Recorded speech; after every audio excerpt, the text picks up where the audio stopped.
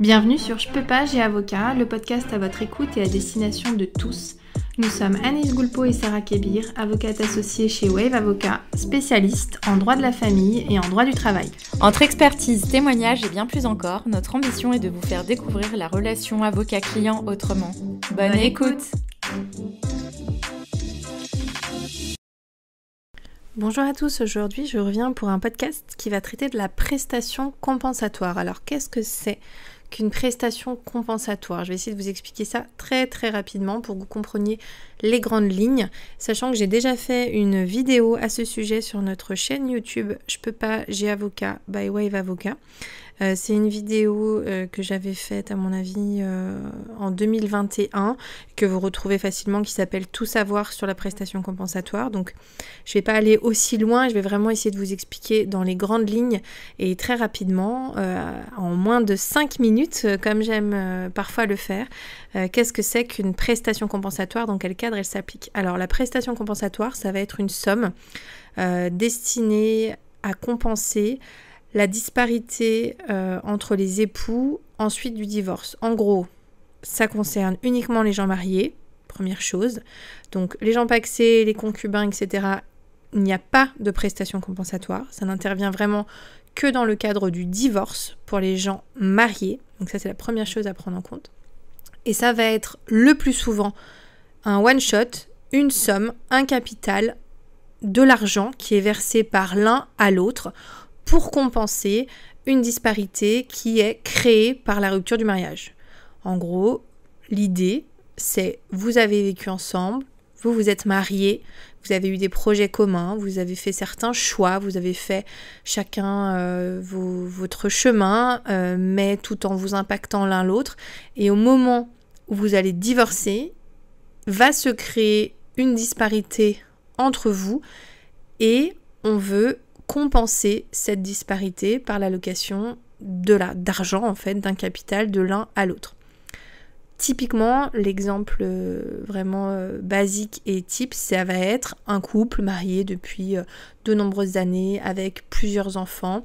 L'un des membres du couple qui s'est arrêté de travailler pour s'occuper des enfants, pour s'occuper du foyer, pour permettre à l'autre de développer sa carrière, d'avoir une carrière florissante, de pouvoir gagner des hauts revenus qui vont profiter à toute la famille. Et puis un divorce, eh bien l'une des personnes, celle qui s'est sacrifiée, on va dire, pour la famille, va se retrouver dans une situation beaucoup moins favorable que celle de son conjoint, alors même qu'il s'agissait de choix communs, alors même qu'ils étaient mariés et alors même qu'il y a eu des sacrifices effectués. Eh bien, c'est un peu cette idée-là, c'est de compenser cette disparité. Alors, comme je le dis toujours, ça n'ira jamais compenser toute une vie de sacrifice ou, par exemple, le fait de ne pas avoir travaillé toute sa vie. Ça, il faut quand même être très lucide sur la question, mais en tout cas, la prestation compensatoire va quand même pouvoir intervenir dans ces cas-là.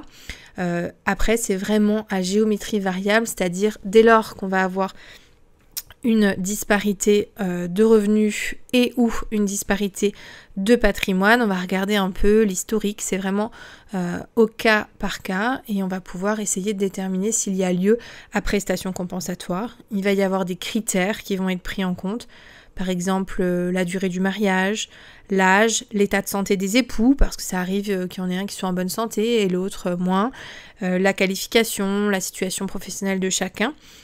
Comme je le disais, les sacrifices, les conséquences des choix qui ont pu être faits, quel impact ça a eu le choix que nous avons fait il y a 15 ans, finalement 15 ans plus tard, est-ce qu'on se demande pas si c'était une bonne idée? Le patrimoine de chacun, donc là pareil, on va regarder, ce sera différent selon votre régime matrimonial. Si vous êtes marié sous le régime de la communauté, ce ne sera pas pareil que si vous êtes marié sous le régime de la séparation de biens. Forcément, vous n'allez pas sortir avec la même enveloppe chacun, donc ça va être pris en compte. Et on va aussi regarder la retraite. Ça, c'est un élément important, surtout quand on a des divorces un peu plus tardifs. On va regarder les droits à retraite de chacun, puisque ça a un impact important au moment de la retraite. Qu'est-ce qui va se passer? Quels sont les impacts des choix que nous avons faits en commun alors que nous étions mariés? Donc voilà sur la question de qu'est-ce qu'une prestation compensatoire, en gros en moins de 5 minutes et quand est-ce qu'elle a vocation à s'appliquer. Comme je vous l'ai dit, ça ne concerne que les couples mariés. Après, ça va vraiment dépendre de la situation de chacun et on va intégrer un certain nombre de critères. Mais le but, c'est quand même de compenser une certaine disparité qui va apparaître. Au moment du mariage, voilà ce qui s'est passé. Au moment du divorce, il y en a un aujourd'hui qui gagne 5 000 € par mois et l'autre qui gagne 1 000 €. À la retraite, il y en a un qui aura 800 et l'autre qui aura 3 000. Il y a 3 enfants dans l'histoire. Il y en a un qui est plus malade et l'autre qui est en très bonne santé, etc., etc. Voilà, pour vous peindre un peu les différentes options. Mais ça peut être des éléments tout à fait différents. Voilà, c'est vraiment au cas par cas. J'espère vous avoir éclairé un peu sur cette question. Comme je vous l'ai dit, vous pouvez retrouver un résumé un petit peu plus traditionnel, on va dire, sur notre chaîne YouTube. Tout savoir sur la prestation compensatoire. Et puis, je vais vous faire aussi un épisode sur comment on la calcule, cette prestation compensatoire, que vous puissiez un petit peu mieux comprendre. Vous pouvez nous retrouver via notre site internet www.wave-avocat.fr et nous suivre sur notre chaîne YouTube, mais aussi sur tous nos réseaux, Instagram, Facebook, LinkedIn ou Pinterest.